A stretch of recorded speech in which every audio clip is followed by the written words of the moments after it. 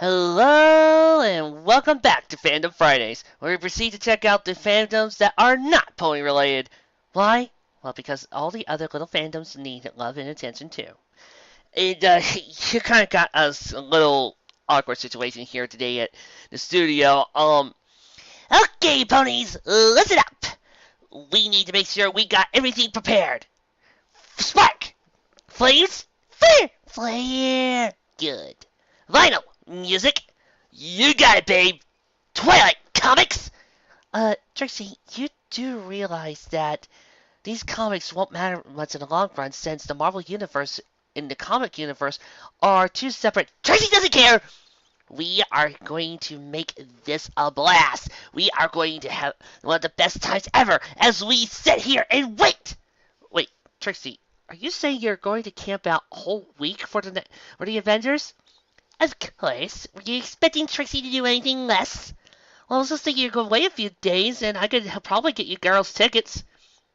He's right, Trixie. Why don't we do that? Oh, fine. Just announce the new fic, why don't ya? Well, while we're all trying to come up with a good game plan for Avengers Age of Ultron next week, let's check out a couple of good fics. Last week we talked about sold off some good fast superhero fics. I think it's time to go back for where I began. And it's something that is sort of Avengers related. I think I know. Let's check out a good Sonic fic, shall we? I think we got something here on fanfiction.net. Ooh, this sounds interesting. Join us, won't you, as we here at the Treeberry Memorial Library are proud to present The Great Battle by Harmonic. Enjoy. The Great Battle by Harmonic. Chapter 1. Cyberscience's POV. I didn't bother to look at the scenery around me. Sure, the star-state-like objects in the distance were beautiful in a way, but I was too busy putting one foot in the other as fast as I could to give them more of a passing glance. Gotta get help! I muttered as I ran down the many hovering roads of the cosmic interstate, the dimension that connects all universes together. I looked around desperately for an exit to any universe that I could get help from. Wait! There was one now! I made a beeline for it. Going down a path split off from the main road, I saw a swirly golden portal that would lead to another world. I ran straight into it. The ground beneath my feet disappeared, and I tumbled head over heels continuously through a sea of orange and yellow. The movement and color somehow made me extremely queasy. Just when it felt like I was about to throw up, even though I wouldn't have been able to, I came shooting out of the other end of the whirlpool of energy, lasting a few feet away with a plop on my face, on something green and ticklish grass. A definite sign I was not in this universe's Robotropolis. As I managed to get myself into a sitting position, I heard a familiar voice say, Sonic? I didn't need to open my eyes to know it was Princess Sally, or rather, this universe's Princess Sally was speaking. I scratched my head, trying to get my dizziness to go away. Processing. I heard Sally continue speaking. He's you! Only he's a cyborg. Huh? Oh, she was speaking to this universe's Sonic, not me. If I could have sighed, I would. I really was a cyborg, no thanks to Robotnik. My leather jacket did nothing to disguise the fact. While the left side of my body was normal, the right side was another story altogether. It was completely metallic, with the hand and foot looking like their skin had been peeled away so they looked skeletal. It was then that I felt something touch my organic ear.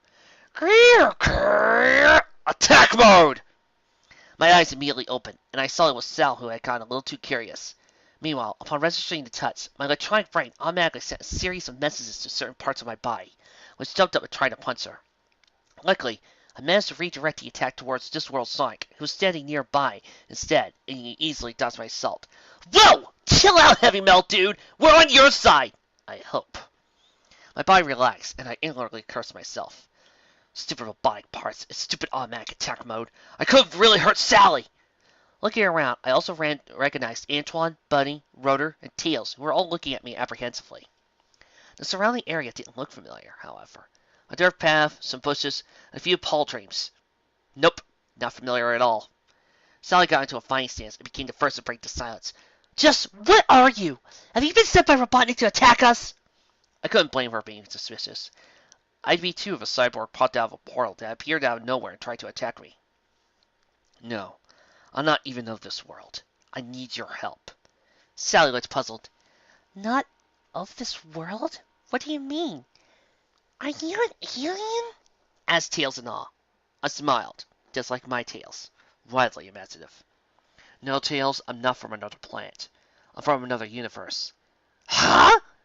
Everyone looked confused. That is, except the other Sonic. I get it. You're another me.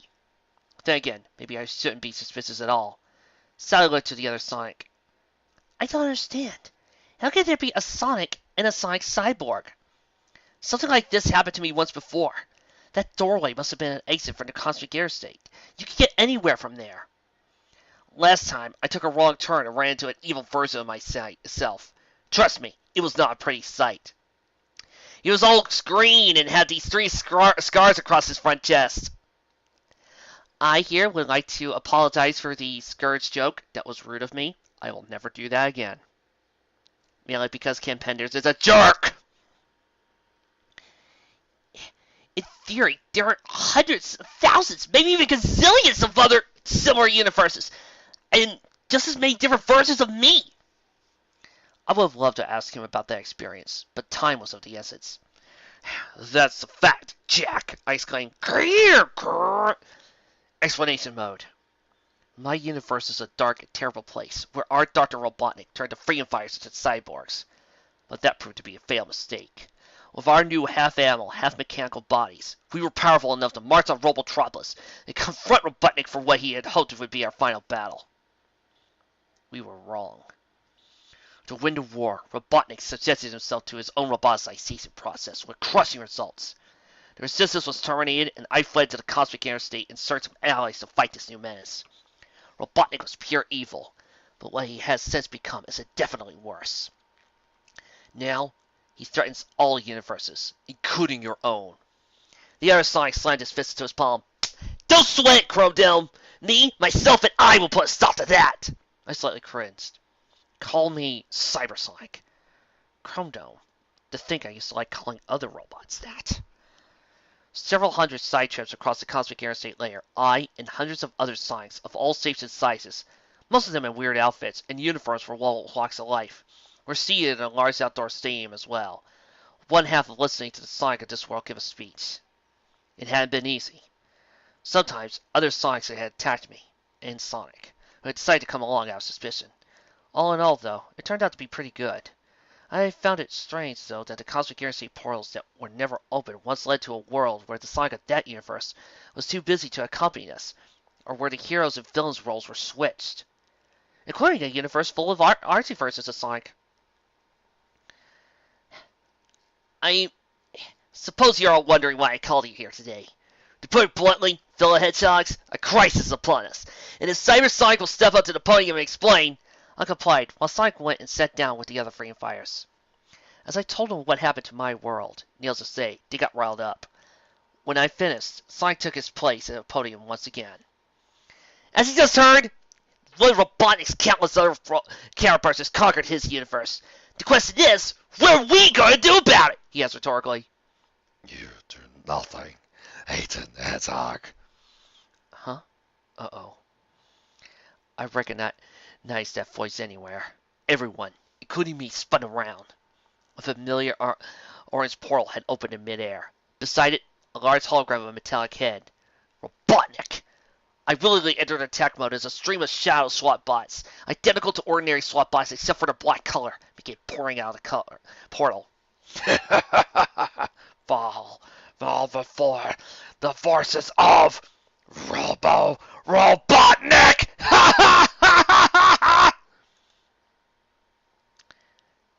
Chapter 2 Archie Sonic's POV. I just stared up at the oversized hologram of Robotnik. Was it just me, or did he even look ugly or roboticized? Well, then I looked at the other Sonics, and I knew it just wasn't me, so to speak. Well done, Sonic, by gathering your hedgehog brothers! You have saved me the time and trouble of tracking them down. Soon, this universe and all others shall belong to Robotnik. Not if me and the other hundreds of other scientists had anything to say about it. We were more than ready, willing, and able to battle an army of... What did he call these blackest bluest bots? Shadow SWAT bots? Priority 1. Hedgehogs, surrender. I smirked. Surrender? If robots could dream. Boom! He jumped away from the podium as it got blasted, barely dodging the wind debris. Freeze! Hedgehogs! That did. The other sonic shards frowned. These Shadow SWAT bots were a little better than ordinary ones. This shot barely dismissed me. I quickly went into a sonic spin and tore through one. I noticed it took me a lot longer to slice through it. 1 second longer, to be exact. Still, it seemed Robo-Robotnik was no different from my Robotnik. They both had a bad habit of underestimating yours truly. Help! What? That sounded like Tails! Over the sounds of the fight, I could barely hear him. Where was he? Let go of me! Oh no. Sal! The rest of the direction in which I heard both her and Tails' yells, fighting my way through the crowds of Sonics and Shadow SWAT bots. Through a sea of limbs, I saw them both in the clutches of a Shadow SWAT bot, whose red visor was going in a way I didn't like. And the crowd was so thick, I couldn't get there in time. Watch out! The Shadow SWAT bot's visor fired, but never connected. Not with a living thing, at least. Sharp bits of another Shadow SWAT bot clattered onto the ground, as beside me is another Sonic, looking just like me, no weird costume, jumped over the crowd and landed right in front of me, Sally, and Tails in tow. I believe these are yours, he said, smirking, and letting go of both of them. I briefly hugged them both. Sally, Tails, are you all right? I'm fine. Just a little sick, that's all, asserted Sal.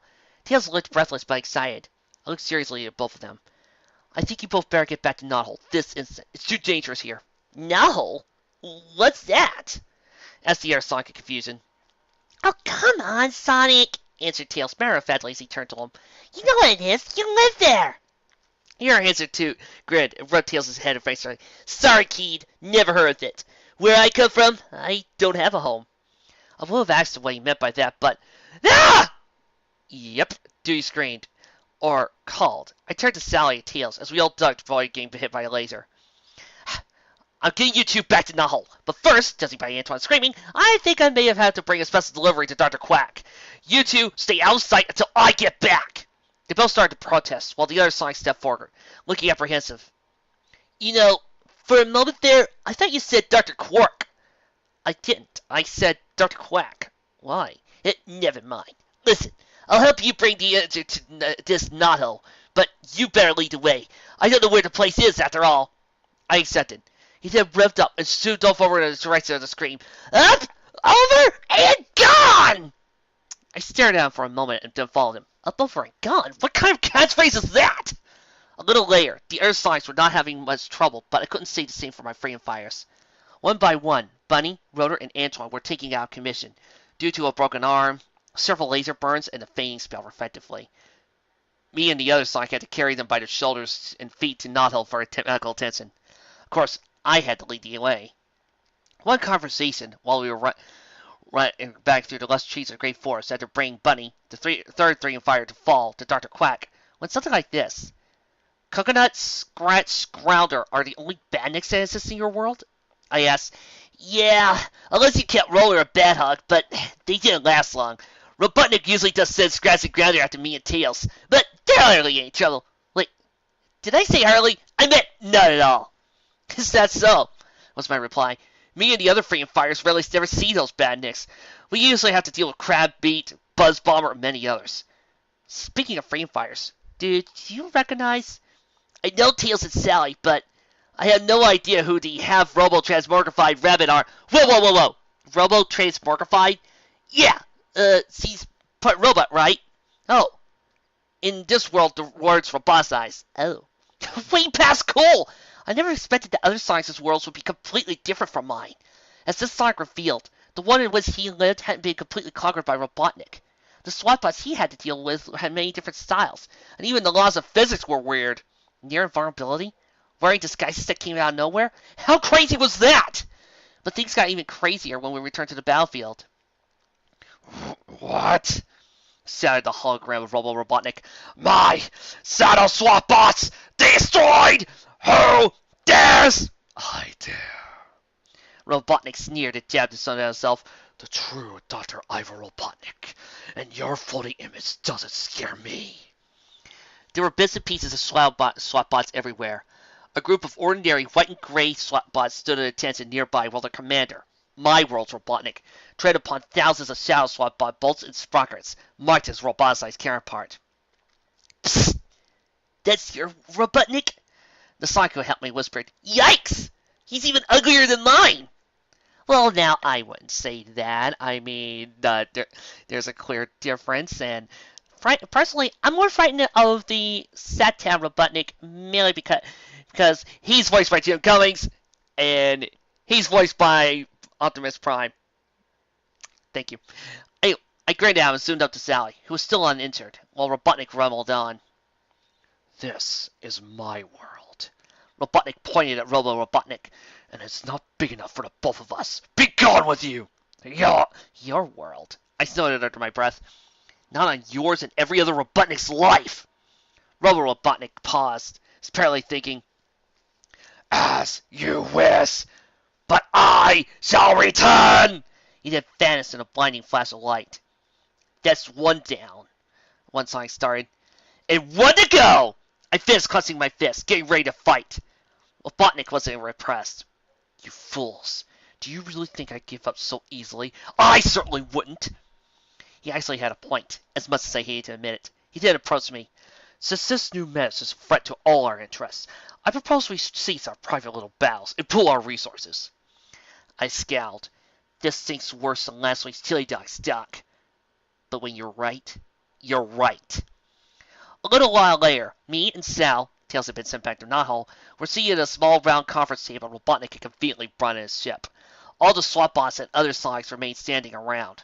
Robotnik, not bothering to sit down himself, slammed his fist on the table to get everyone to calm down. Bots! Me and Sally cleared our throats. And freedom fighters, I call this meeting to order. I could never understand these kinds of things, so I just let the Princess Robotnik talk, while I looked at interest with the other Sonics. I noticed one in purple shorts, who was twice as tall as a normal Hedgehog and many times as muscular, trying to push another one, who appeared to be made out of rocks out of his way for some reason. He stopped after a while and scratched his head, mumbling to himself, Why do others talk? Why not fight? This one big, strong, strongest one there is. No need help. Ah! Hulk Sonic. At that moment, 4 minuscule Sonics in different shorts and shirts, no taller than my knee, came running by him. Big Sonic noticed and stomped his feet on the ground, throwing the mini Sonics into the air. What can little ones do? The myth mini Sonics got right back up again and started running circles around Big Sonic, disorienting him. What can we do? 2 of the mini Sonics ran behind Sonic's fake feet and crouched down. The other 2 immediately jumped up and shoved him over their companions' backs. Does this answer your question? With a loud crash, Big Sonic fell down right on his behind. And if you look into the crowd, you can see a female Sonic with a horn on top of her head and a purplish mane. Apparently, that Sonic comes from a world where friendship is magic. Thank you. And, oh, is that a Sonic with a Heart of Canter car over there? With a crash, the Big Sonic fell right on his behind. I would have gotten up to tell him to cut it out, but the Sonic who helped me before made sure I didn't have to. Unintentionally or not. Knock it off, you guys! This band has a plan! A plan which Robotnik started to explain right then and there, with the help of some maps. Finally, I must have been sitting for a whole 5 minutes! In order to second-guess our mutual adversary, I have to think like him. Now, how hard could that be? I wondered sarcastically. Which means he's definitely searching for a way to destroy us all. And he could accomplish this goal if he had the Giant's Hand, an alien weapon of great power. My genius has located the weapon's likely position within the region known as the neutral zone. As if on cue, another portal opened a mere 10 teeth away, and we need to dispatch a squadron of Sonics across the cosmic airspace to retrieve it. Go now! Quickly! While a bunch of Sonics dared to go through the portal, including one to help me, I decided to be one of the Sonics who would stay in my universe. After all, someone had to keep an eye on Robotnik. Giant's hand. You know, actually, this is starting to give me a few ideas here.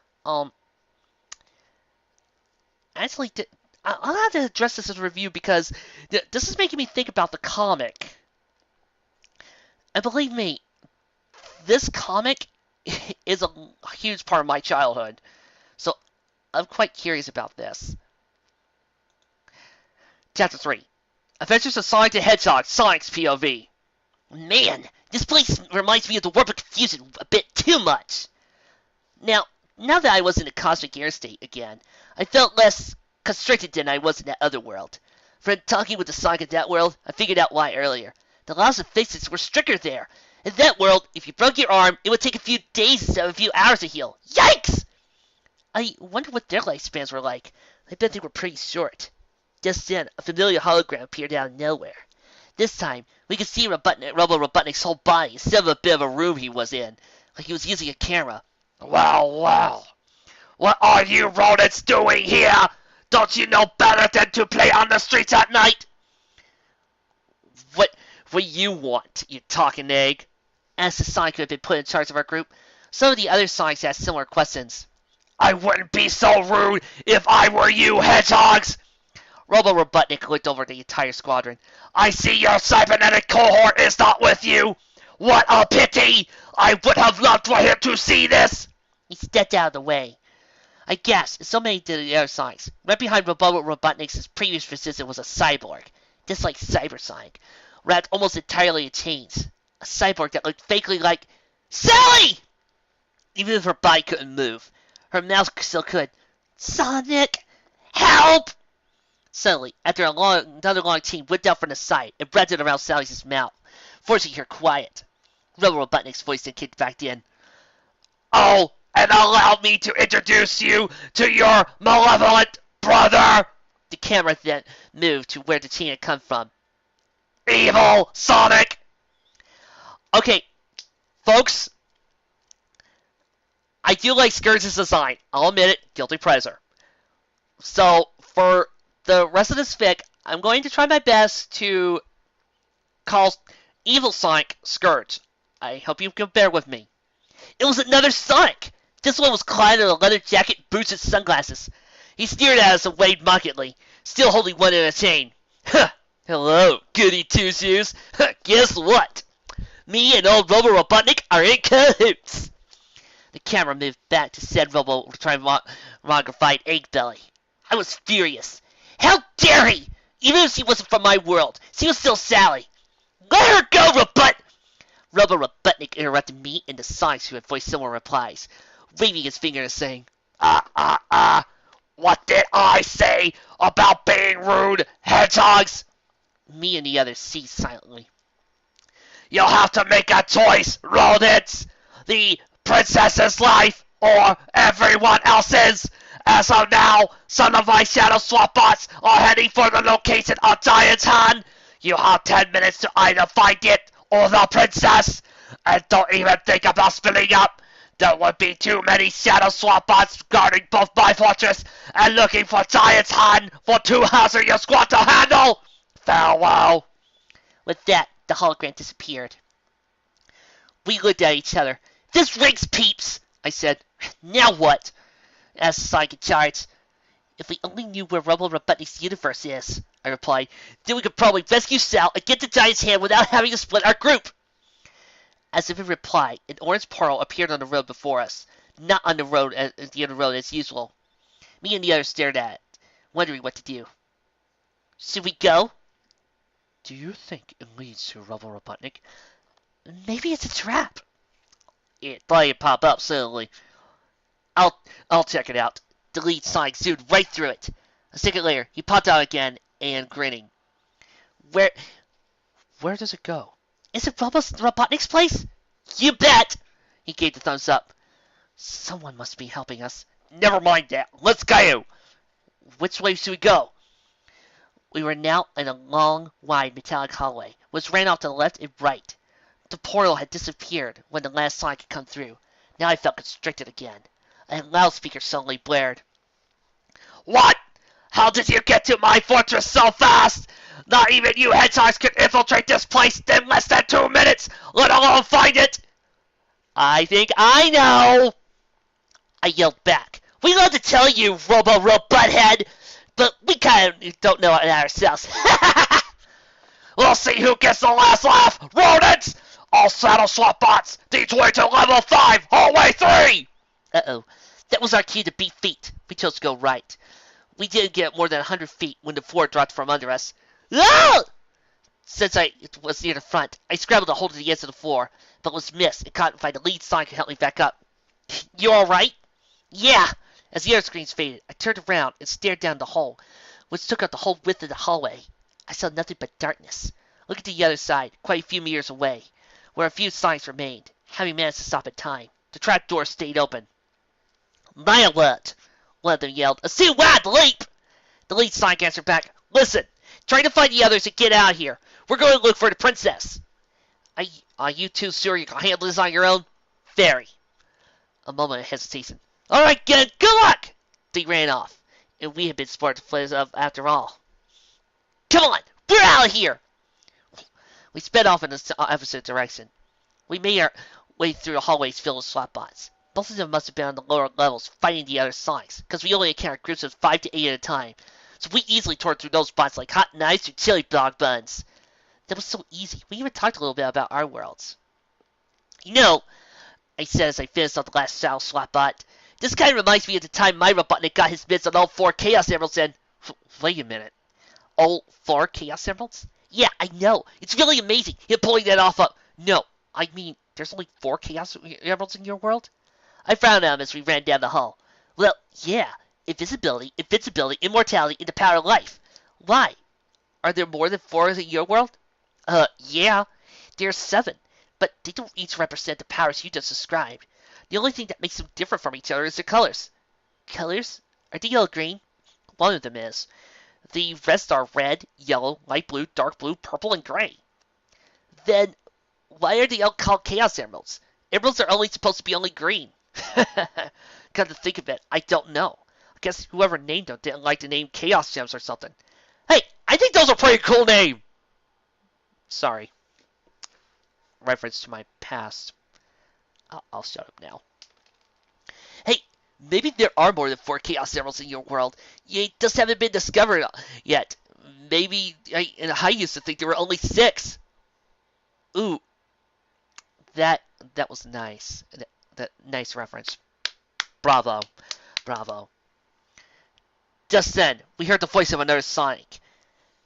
Hey, babe. Why don't you and me do something beautiful together? Me and the lady Sonic skidded to a stop next to an open doorway and peered into a tiny room of bare furnishing rings. There was Cyber Sally, still wrapped in chains, and Evil Sonic, who was leaning into her face, grinning. I'll take that chain off your mouth if you swear to behave yourself. As an added bonus, I might let you go free afterwards, too. But one wrong move, and this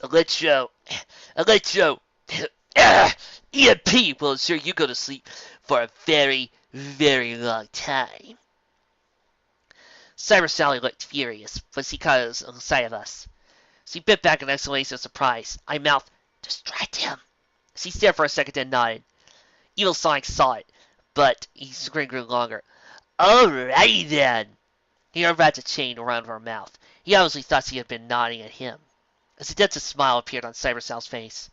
You know, with that leather jacket, you kind of resemble my Sonic, only a lot more handsome. Yeah, I know. Evil Sonic licked his glove and smoothed back his spines. While he continued to play on his oversized ego, me and the lead Sonic tried to come up with a plan. How about a Sonic spin? I suggested. A Sonic spin attack? Nuh-uh, said the lead Sonic. I never used it on a living being before, but I bet it wouldn't be pretty. Not to mention we risk injuring Sally with her so close to him as well. I gotta remember that the laws of physics are different compared to the other universes. Well, you can't fight him head-to-head either, I replied. You might activate the remote. I got it! Got what? Hold on a second. I curled over to a ball and willed my spines pressing against my body instead of sticking out. What are you doing? I heard the lead Sonic ask in confusion. Kick me into Evil Sonic, I answered. What? He barely kept his voice so quiet. You heard me. Pretend I'm a soccer ball. Won't that hurt? Not much as Sally will be if Evil Sonic presses that remote. Good point. Okay, brace yourself. Pow! I barely felt anything as the lead Sonic's foot connected with my body, sending me flying straight back into Evil Sonic. Oof! Then ourselves collided with the wall, with me being cushioned by him, fortunately. I curled and saw before me, the unconscious Evil Sonic laying against a dent in the wall. I heard the sounds of chains clinking and turned around. Lead Sonic was untying Cyber Sally.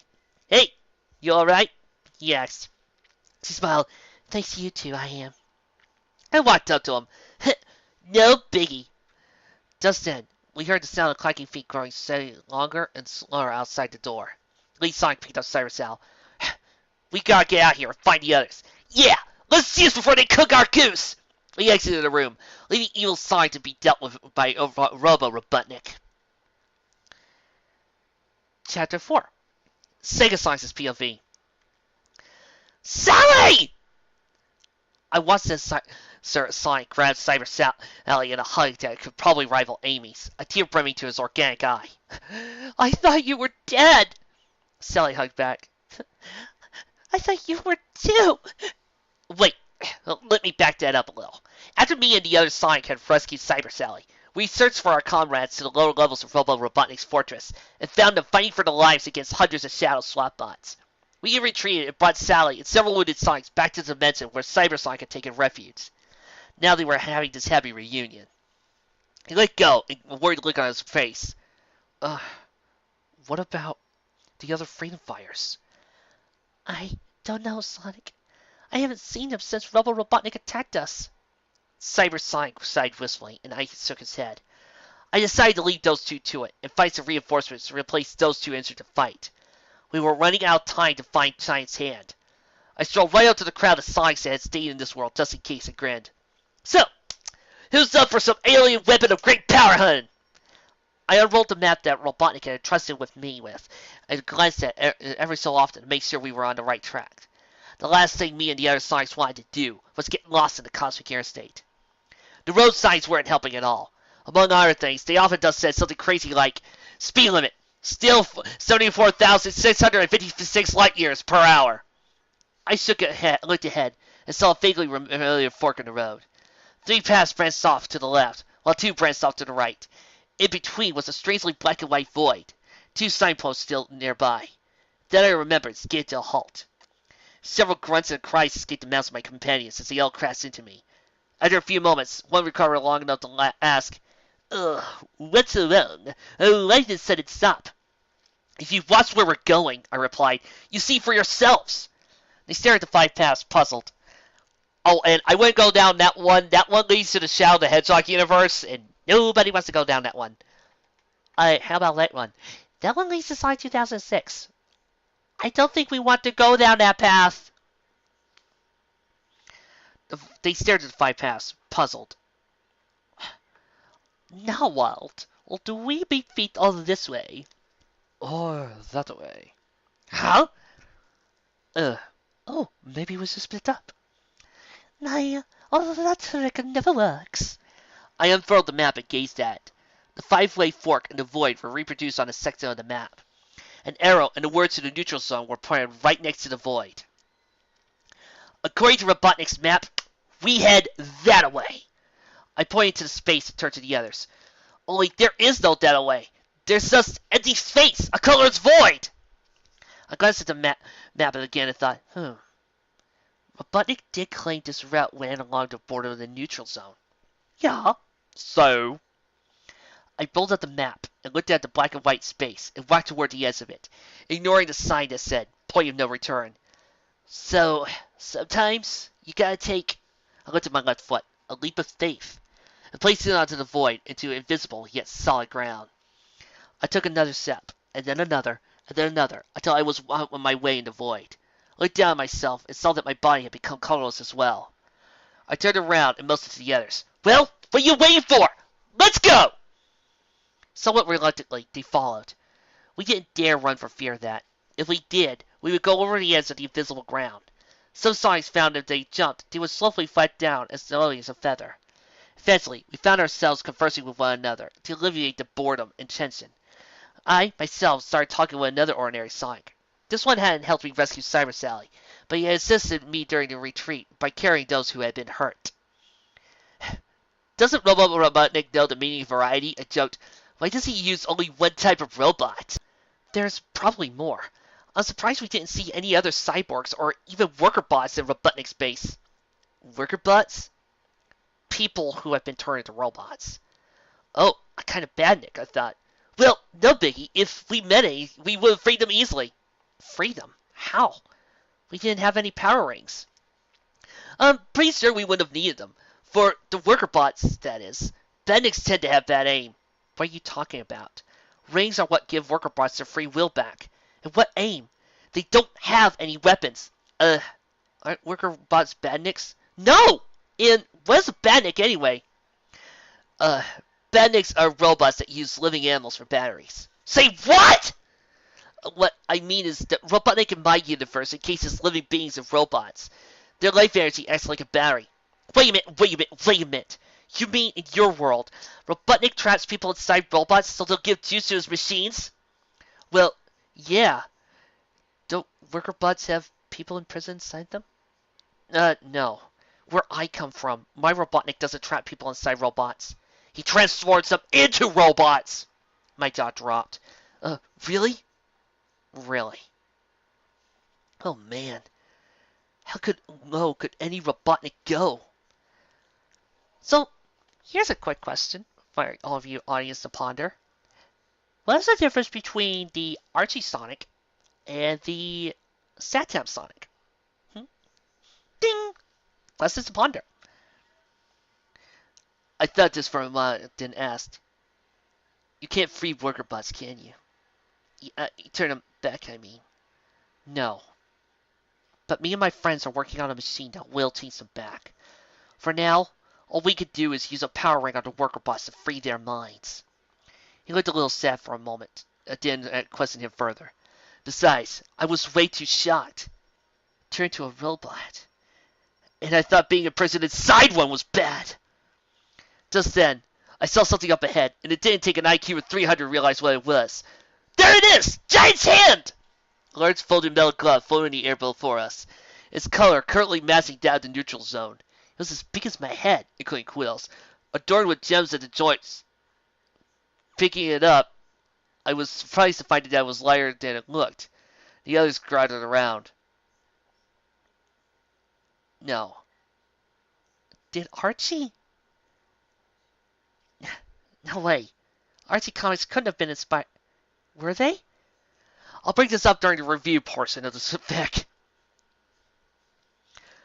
I wonder if a real giant wore it.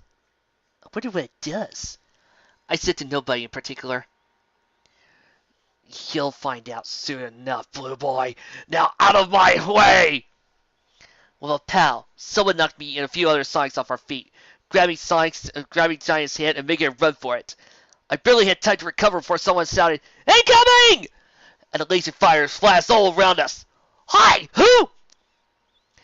My question wasn't unanswered for long, as the thief screeched to a stop on a piece of road right next to the familiar robots. It's our evil twin, and an army of Robotnik's shadow swap bots! Evil Sonic sneered. Correctamundo, goody two-shoots. Nice to see you again. Not! He waved mockingly. Now that it was not in the neutral zone anymore, the giant's hand was a dull gray-greenish color. Jewels and all. You owe me big for the trouble you got me into with Robo back there.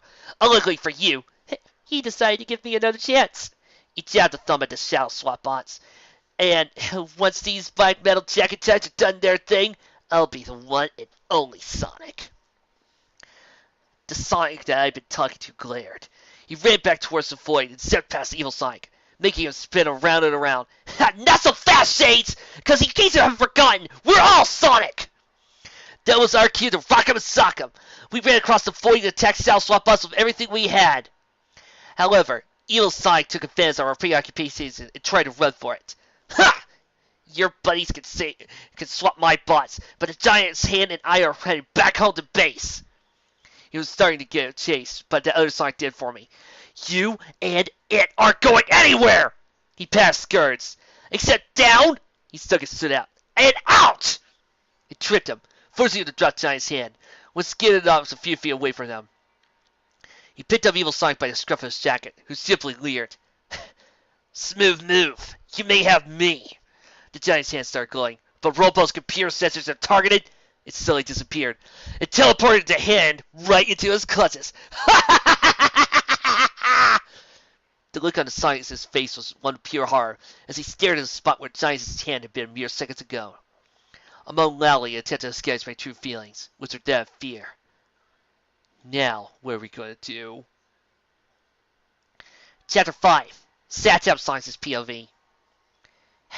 Would you believe where we are in now? In Robotropolis? Well, maybe you would, since Robotnik had called for a temporary truce.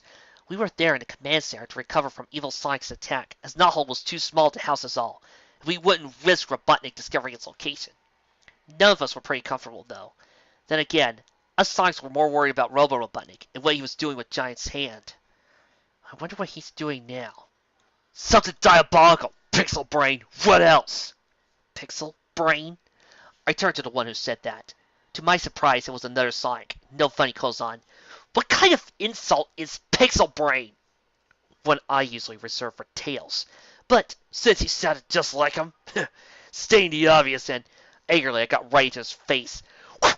No one calls me or any version of my little buddy names and gets away with it. Hey, cool it. Besides, it's not like he minds, doppelganger. Tails doesn't mind being made fun of. Yeah, right. And who are you calling doppelganger? Doppelganger. Cut it out, you two! Sally moused up, her hands on her hips and a frown on her face. This isn't the time to be fighting! We both reluctantly stopped. Kaboom! That nearly knocked us all off our feet. What was that? Look! We turned to a large monitor on the wall and guessed at what we saw. A 100-foot-tall robot was destroying a town with missiles, lasers, and flamethrowers. It looked a lot like a giant saddle SWAT bot, except for more padded shoulders, visible gears and pistons in the stomach, and a cubic head, which had a horn on the left and right sides, and a large viewing window, and speakers so we could easily hear the pilot. Robotnik was gloating and laughingly crazy. Behold, the mightiest weapon ever created! Giant Borg! Giant Borg? How corny could you get? The citizens of the town were screaming and running for their lives. Some freedom fighters were battling the monstrous robot, but none of their weapons were making so much as a scratch at its metal hide. Some even lassoed Giant Borg's body in an attempt to restrain it, but the robot just snapped its ropes in two. Finally, they retreated with them, taking with them their wounded companions and pride. Needless to say, this got me and the others all riled up. Why are we sitting here? I yelled angrily, while the other freedom fighters are getting their behinds kicked fighting that thing. You said it. Let's go get it. I'm with you. Don't be so hasty, hedgehogs. We turned to the Robotnik who just entered. I overheard what Robotnik called it. Can't you tell what Giant Borg really is? The Sonic I had been arguing with stepped up. If you have something to say, say it, Lord Belly. Robotnik turned a little red in the face. I snickered. I had to admit, I liked that insult. I almost made a note to try that one on my Robotnik. But then I remembered that he was dead. Wait, so this is right after Doomsday? Miss Andres, can I claim that this is right before Francis and Robert's excellent Sonic stories? Because seriously, I really will love that. I mean, granted, they're not the best, but good golly, are they some pretty entertaining stories? Get on with it! Sorry. I'm just really enjoying myself here. Robotnik ultimately decided to ignore that insult. What was the name of the weapon you so utterly failed to retrieve? The insulting Sonic and so many others winced. Giant's hand. So, what did Robotnik call his battlesuit? Giant... The other Sonic paused and frowned. After a few seconds he said, You mean that thing used to be the Giant's hand? I gasped and looked at the screen. That did explain a lot. How did Robotnik do that? Did none of you notice the button on the side of the glove? If pressed, the giant's hand will tap into the subconscious of whoever pushed it and transform it into a weapon of which shape will most reflect the individual's inner thoughts. You talk too much, said the other Sonic. I actually had to agree. Having that explanation went right over my head. Robotnik sneered. Well, don't you rodents have a few worlds to save? Are chili dogs an essential part of a complete meal? I answered, as some of us started heading out. Are we the fastest things alive? Can I save the day with no help? I stared at the other Sonic. How big can your ego get? I wondered out loud. Man, what is your problem? I asked the other Sonic. What problem? I'm too cool to have one. We were running as part of a battalion of Sonics, heading for an attack on Giant Borg, not to my delight. I got stuck beside that Tails name caller. I had an ace up my sleeve, though. Oh yeah? Are you so cool that you managed to defeat your Robotnik like I did? A strange look appeared on his face. You defeated your Robotnik? I rolled my eyes. And you said that I state the obvious. Of course I did! You mean you killed him? What else would I mean? Why? What kind of question is that? The free Mobius! But there could have been a cure! He yelled, actually looking upset. I raised an eyebrow. A cure?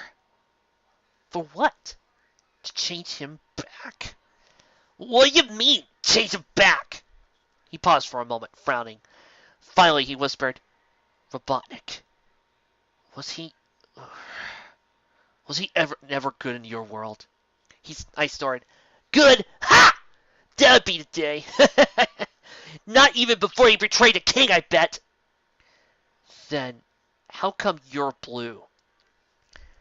I was born this way. How else? Well, I wasn't. I stared at him, amazed. Say, what? My Dr. Ivo Robotnik used to be Dr. Olva Kinderbar, a scientist dedicated to ridding Mobius of evil forever. He meant to achieve it by collecting 7 objects called the Chaos Emeralds, which had the ability to absorb evil. Now, although he only got a hold of 6, that didn't stop him from transferring most of the planet's evil into them. I met him by coming across his laboratory and decided to hang out for him for a bit. I helped him search for the 7th Emerald in exchange for his experimenting with my sonic speed so I could run faster. Once, I ran so fast on the treadmill I made it explode, causing the color of my fur to change from brown to blue and my spines to fuse together. Then, one day, Kinderbar tripped on a wire and fell into the machine that contained the Chaos Emeralds. The resulting explosion combined him and the evil from the emeralds in a rotten egg he had been holding into evil Robotnik. You know, this story was really getting good until that evil egg part, until that rotten egg bit. I was enjoying your backstory, Sonic, until you got to that until you got to that rotten egg. I haven't heard something that ridiculous since the last time I read the Archie TMNT comics. Okay, I'll digress. Rotten egg. But, oh, I've been fighting him ever since. Okay, that explains why in the Fleetaway Sonic, Super Sonic is crazy for Cocoa Puffs. That explains it. Wow. You know, some days I really gotta read a few issues of that. Okay, I get it. That actually sounds pretty interesting. I approve. Kudos. I didn't know which shocked me more. The fact that his Robotnik actually used to be good, that he used to be friends with him, or that he used to not look cool. Giant Borg, dead ahead! So it was. The mechanical giant was stomping around in a large field, probably looking for another town to destroy. Let's do it to it! I exclaimed, shouted. Last one is to land a hit on Giant Borg as a slow-mo! Just then, Giant Borg turned around and spotted us, and fired off a volley of rogue missiles. Whoa! We barely got out of the way in time. Ha! You missed us, Robotnik! That's what you think, hedgehogs! Huh? At that moment, we heard a whistling sound behind us, so we turned our heads around. Yikes! The missiles had to turn around and were coming straight back toward us. Apparently, they were a heat-seeking kind. Hedgehog missile alert! I yelled. Bowling, Route 7! We scrambled like maniacs and split up over the field. One of the missiles decided I was a good target, however, and chased after me. What were the odds? I eyed Jallenborg and remembered a time when I was in a similar situation with a self-bot. I smirked. You're going down, Robo-Robotnik. I whistled to the others who had missiles tailing them, and mostly them to followed me. We headed to Giantborg, intending to lure the missiles right back to where they came from. Robo-Robotnik, however, was not impressed or fooled. Do you meddlesome hedgehogs actually think you can defeat me? We don't think we can. We know we can! He responded by firing off another round of missiles. I guessed, oh man! Missiles both behind and in front of us. What we're going to do? I slept myself stupidly a moment later. The oldest trick in the book. How could I have forgotten that? Hey! I hollered to the others. Keep running toward the missiles. When I give the word, jump as high as you can. Got it? They seemed to understand my plan and grinned. Got it! The missiles in front kept coming closer. 40 feet. Robo-Robotnik was calculating. 30 feet. A bead of sweat rolled down my face. 20 feet. I could see my reflection in the metal. 10 feet. No! We jumped a good dozen feet in the air, hoping the missiles would fly into each other and explode. But they didn't. At the very last second, they turned skywards, heading straight towards us again, a mere 2 inches apart from each other. There was no direction for us to go but down. Oh, man. Not cool! You sound like Tails again. BAM! With kicks, punches, and subs, several Sonic, including the one I had Archie, knocked the missiles into each other. BOOM! We all saw the explosions knocked us out of the air, and we landed on the ground, momentarily stunned and wounded. Robo-Robotnik noticed this and stomped over, their glazed eyes. I saw Giantborg lift a huge foot, obviously intending to squish us. A few dozen down! The foot started to come down. Several hundreds to go! That's what you think! The next thing I knew, I was in the arms of another Sonic. I didn't like being carried like this, but I didn't protest. There was a thump a second later as Giantborg's foot hit the ground. Robo-Robotnik was furious. You hedgehogs won't get away! He started firing several lasers. Retreat! Retreat! Retreat? Was he crazy? We couldn't retreat. What about Mobius? What would the others say? My protest, similar to my thoughts, reached my ears when I heard this reply. We need more forces. Now fall back! I smirked grimly. Look at you next time, Robo-Robotnik. You hear me? Next time! Final chapter. Fleetaway Sonic's POV. We failed, Sonic, cried the princess. Robo-Robotnik has snatched the Chinese hand out from under our noses, and now he and his Giantborg are wreaking havoc across the face of Mobius, crossing everything in their path. We've got to stop them! This world Sonic looked at her from the corner of his eye. Tell me something I don't know, princess. Like, how? I personally had to agree with him. Giantborg was a bit tough, but I'm sure it was not too tough for this hedgehog. Oh, and we were all the way back at this world's Robotnik Command Center, by the way, doing nothing but watching Giantborg wreak havoc on the screen. I was not too thrilled about it, needless to say. This is all your fault! No, it's yours! No, it's yours! While some Sonics were busy being depressed and down in the dumps, others were arguing with each other and even trading blows. As much as I liked to join them, I didn't for fear the stress of fighting with someone who's literally my match would transform me into Super Sonic. Luckily, judging by the others, it seemed that I was the only one who could turn into an out-of-control, mad-with-power golden hedgehog. If you hadn't let yourself and your freedom fighters get captured and turned into cyborgs, then none of this would have happened, Cyber Sonic!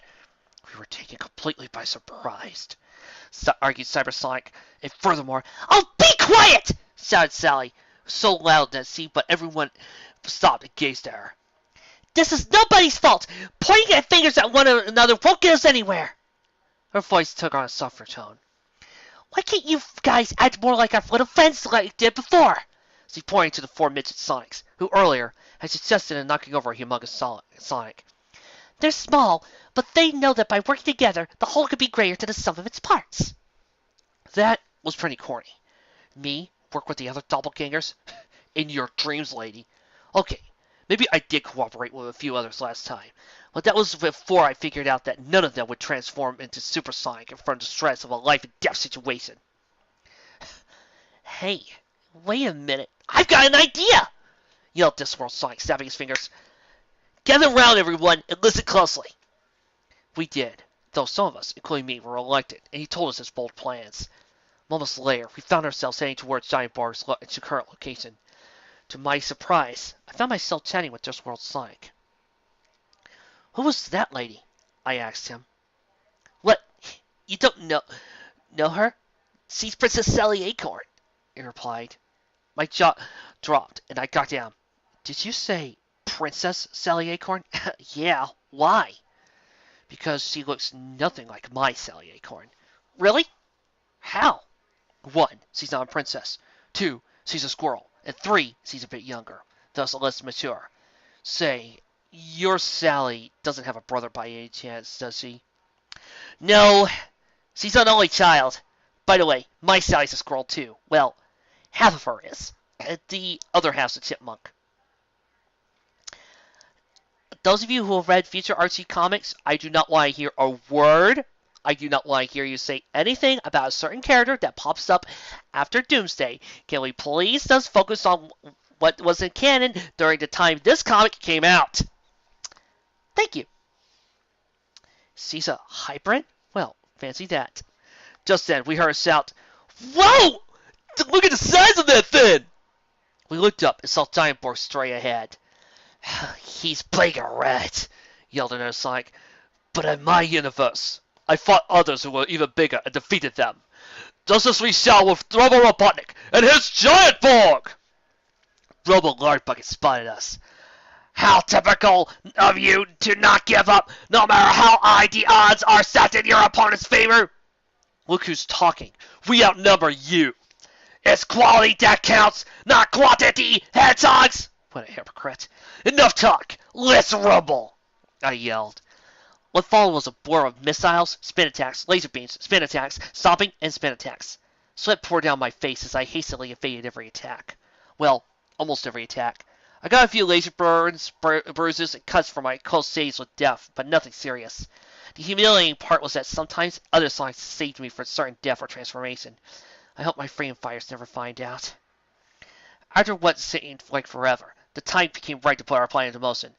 I gave the signal and half of us, including me, turned tail and ran from the battlefield. "Running away, are you?" called Robo Robotnik. "Fine! Retreat, you little rodents! No matter where you go, I will hunt you down, root you out, and annihilate every last one of you!" While he was distracted, the other half crowded as close as they could to each other and started to swarm Giant Borg's feet. Even with our numbers cut down, we'll still beat you! Robo Eggbelly finally knows them. "Spare me the false bravado, you red, white, and blue buffoons! While I control power of Giant Borg, you are all less than nothing!" With a Mobius-seeking doom, Giant Borg slammed an oversized fist to the ground, knocking them all off their feet. As the Air Sonics lay there, pretending to be dazed, Giant Borg looked at a huge foe. Robo Robotnik was distracted once again. That was our cue.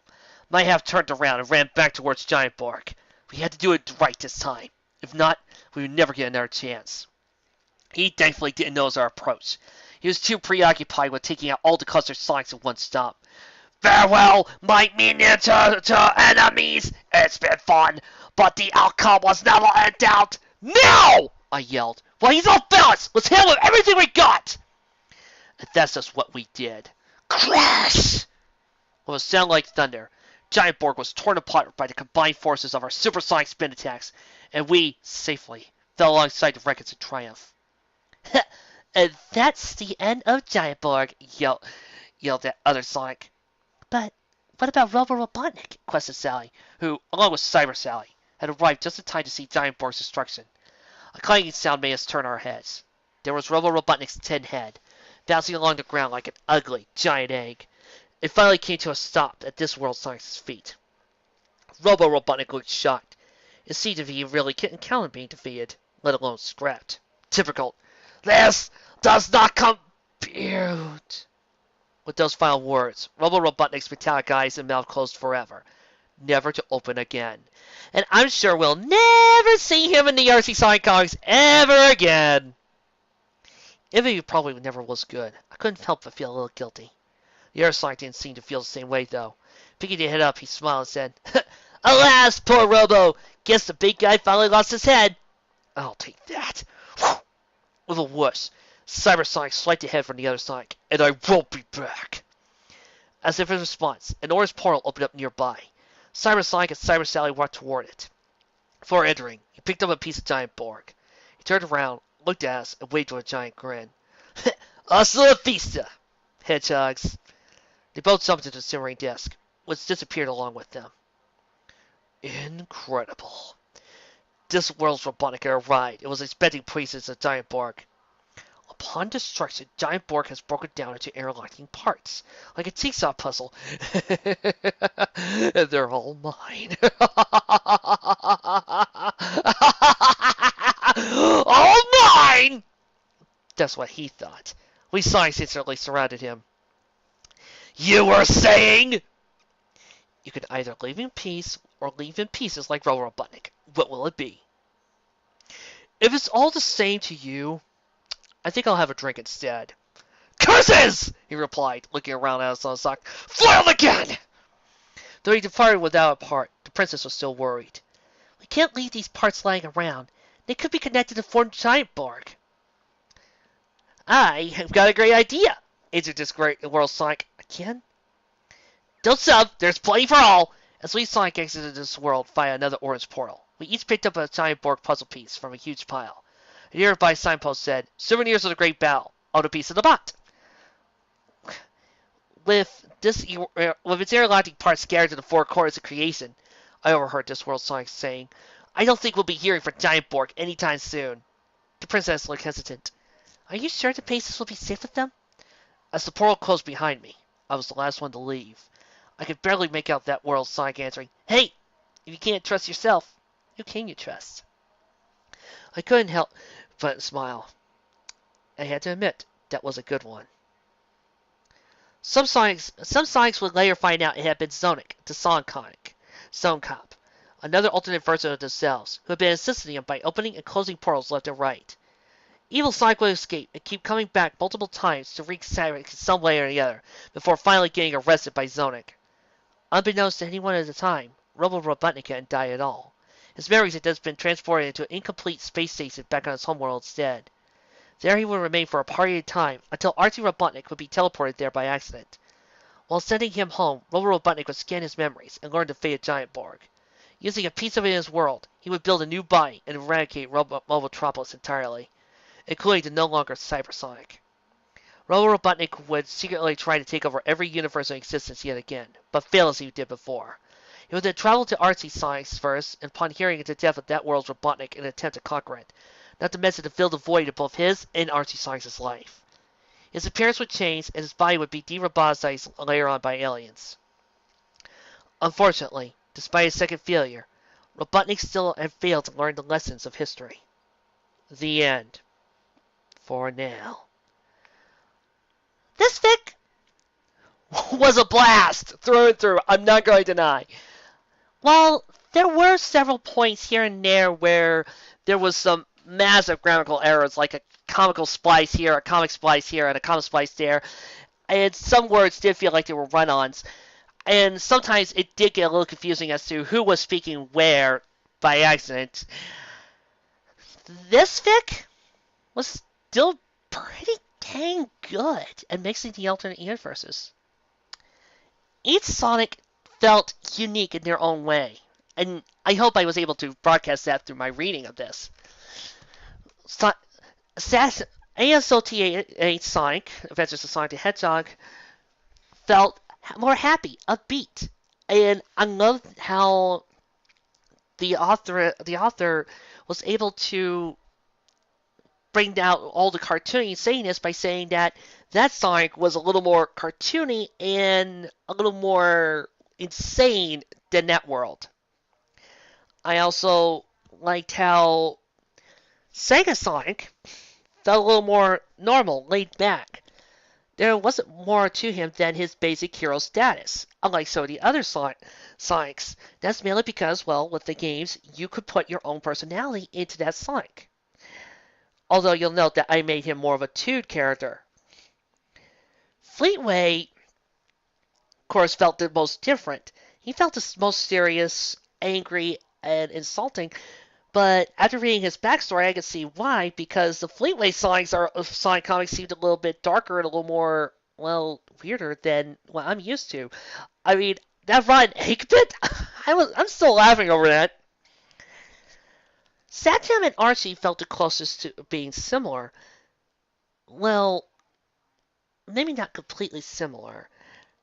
Archie felt a little more upbeat, but still on the same wavelength as Satam Sonic.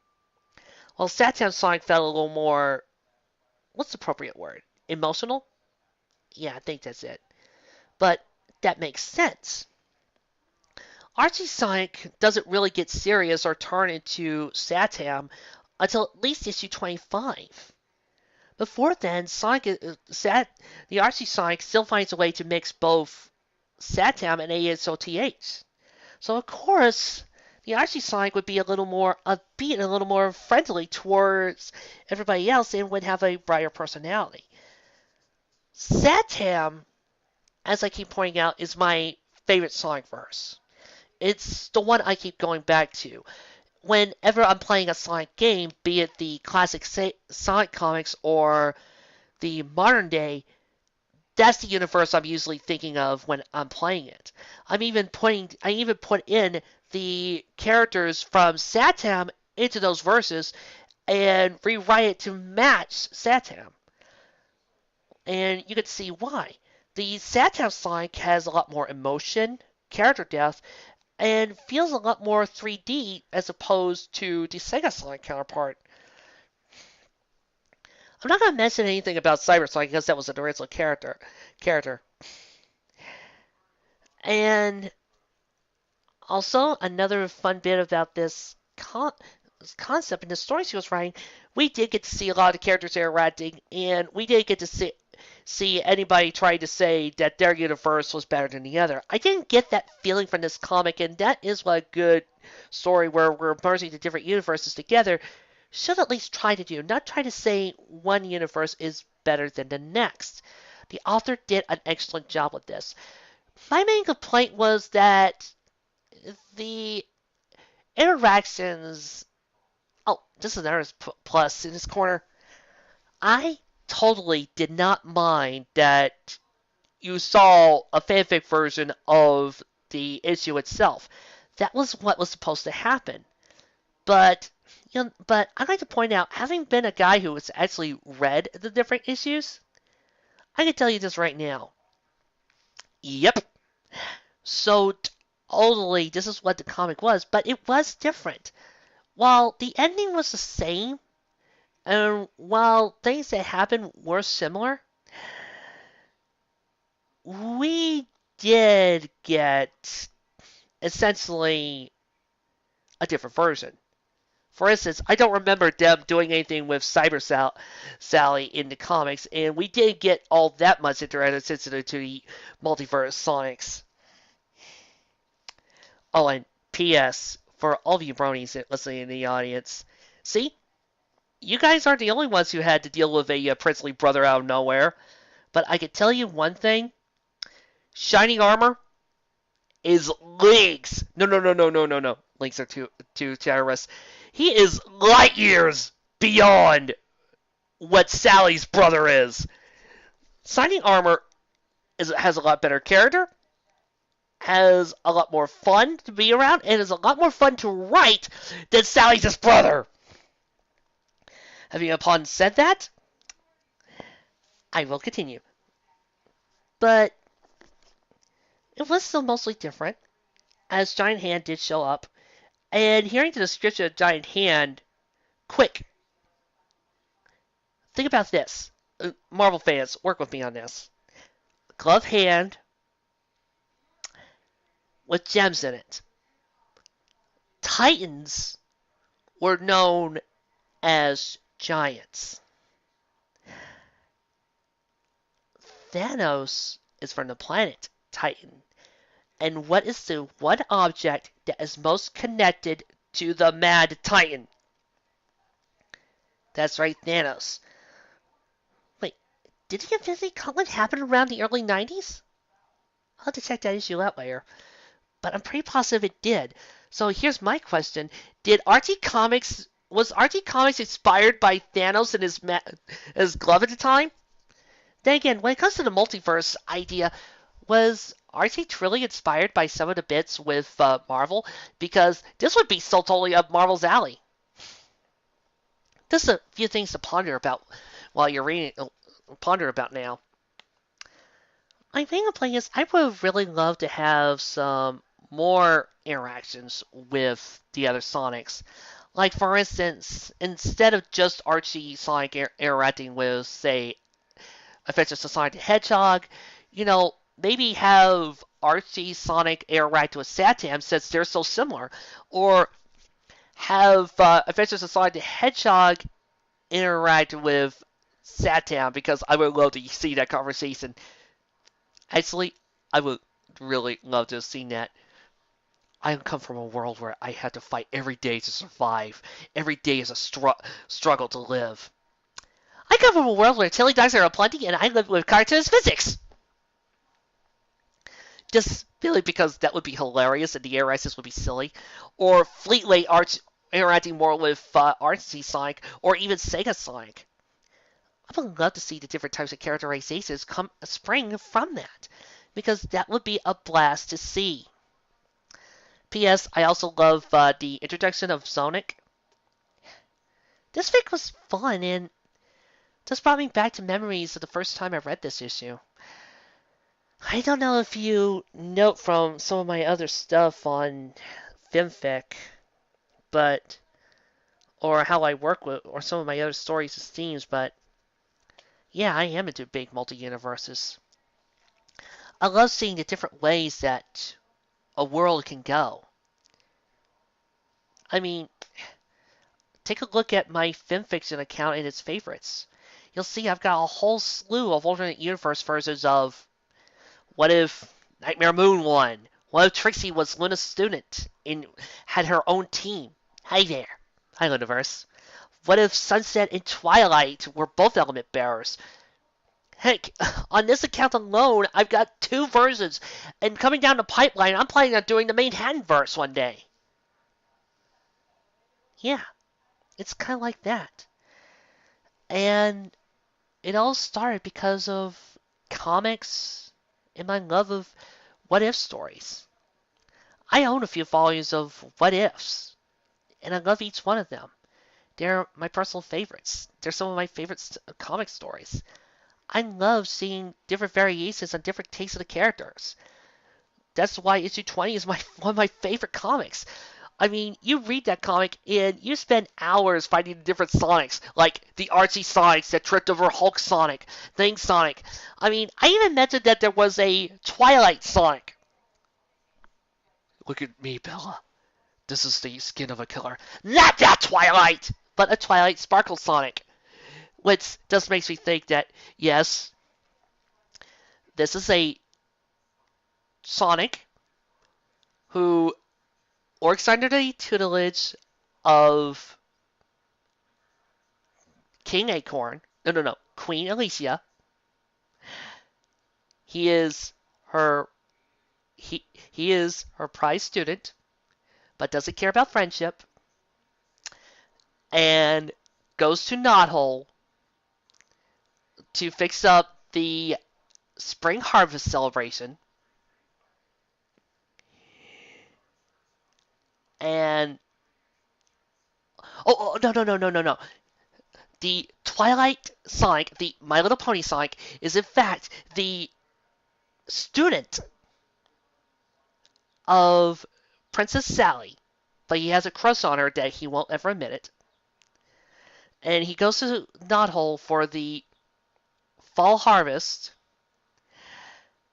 and he meets some friends. Oh, they could be Sonic's friends from Satam.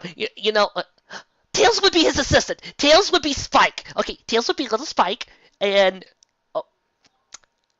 Knuckles, Applejack. Shadow, Rainbow Dash. Silver, no. Amy, Piggy Pie. Oh man, that leaves 2 slots open. Let's see. Hey, any of you guys listening to this have any ideas, please post it in the comments. Comments. My creation. I'm working on this. Blaze would be rarity. Blaze would be rarity. And okay, fifth slot, fifth. You folks had to watch out for this. He is on a roll now. Let's see, fifth slot. No. Mina would be rarity, and Blaze could be Rainbow Dash. Oh, this would be cool. And then you could have all the characters. And then that would be when Robotnik would come, or not, or it wouldn't just be Robotnik. You could make Robotnik T-Rex, and you would have Sally's his brother come in and be a sort of a Nightmare Moon type of creature, and that's when Sonic would gather all the elements, which of course will look like Chaos Emeralds. Hey, which is of course what I thought they looked like when I first watched Friendship is Magic. And then you could have 7 crystals, so that way you could put in Shadow as Sunset. Shadow would be Sunset, so that way you could have a full-blown rainbow. Ooh, I'm putting that down in my notes. I'm sorry. It's stories like this that do that to me, really. I mean, like I said, this comic was important to me because this is one of the big reasons why I became such a fan of multi-universe stories and traveling and seeing all the different variations, the different types of characters, different ideas, the different ways you can look at a single event. Again, look at my fanfic collection. You'll see I have a whole slew of those type of stories. Different ways of how different worlds ended. That to me shows so much creativity. And that's one of the things we fanfic writers do best.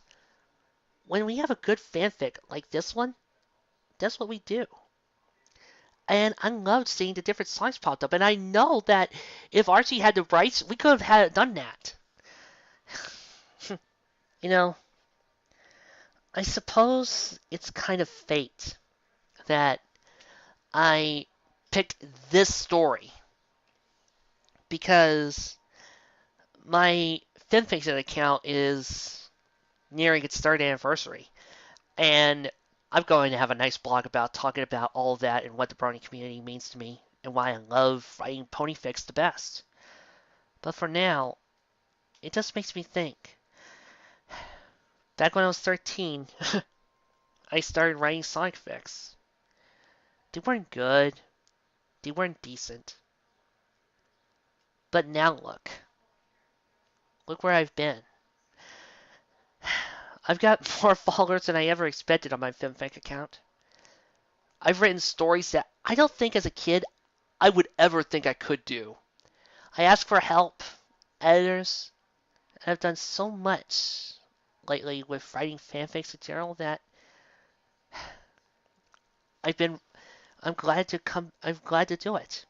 Yeah, I took a small little break when I was 20 because I got too filled with hate and rage and only read the bad stuff. I only read bad fanfics and only read lemons. And for a while, I also only focused on shipping. I never went farther beyond than that. But thanks to the influence of a great community and 6 awesome little mares, I got back to my favorite hobby and expanded on it. A little hobby that started because I love Sonic and I had a blast writing Sonic comics. And this fic just helped me remember why. And this fic also gave me a great reason why I love to look up Sonic fics. So thank you, Miss Harmonic. And oh wow, there's a sequel to this called Sonic United, and oh my gosh, this looks even better than the other one. It's 25 chapters, and okay, I've done multiple chapters like this before, and it also has the other Sonic universes like Sonic X and Sonic Underground. Wow, I gotta read this, and oh, it's even complete too. Let me check the last chapter, and no, see, you didn't. No, author, don't you dare do this to me. She's rebooting the whole story and rewriting it, and hasn't gotten back to it since 2012? No. No. Don't you dare do this to me, Arthur. Don't you dare do this to me. You hear me, Arthur? No. Don't you dare. No! Why? Oh, just just do the outro. Okay, Trixie. That was one down. Several more to go.